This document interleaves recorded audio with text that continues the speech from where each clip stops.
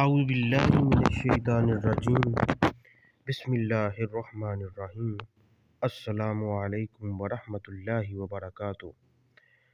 دوستو، آج میں آپ کو اپنے پیارے نبی حضرت محمد صلی اللہ علیہ وآلہ وسلم کا ایک بہت ہی پیارا فرمان بتاؤں گا۔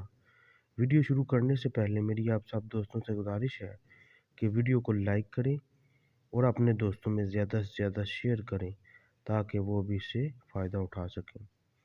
بسم اللہ الرحمن الرحیم۔ دنیا 4 شخصوں کے لیے ہے۔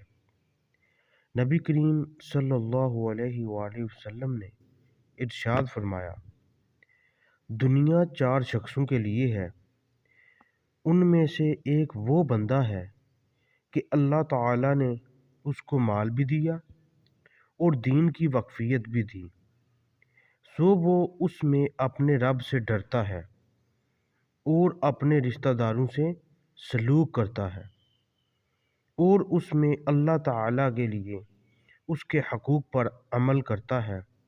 یہ شخص سب سے افضل درجہ میں ہے۔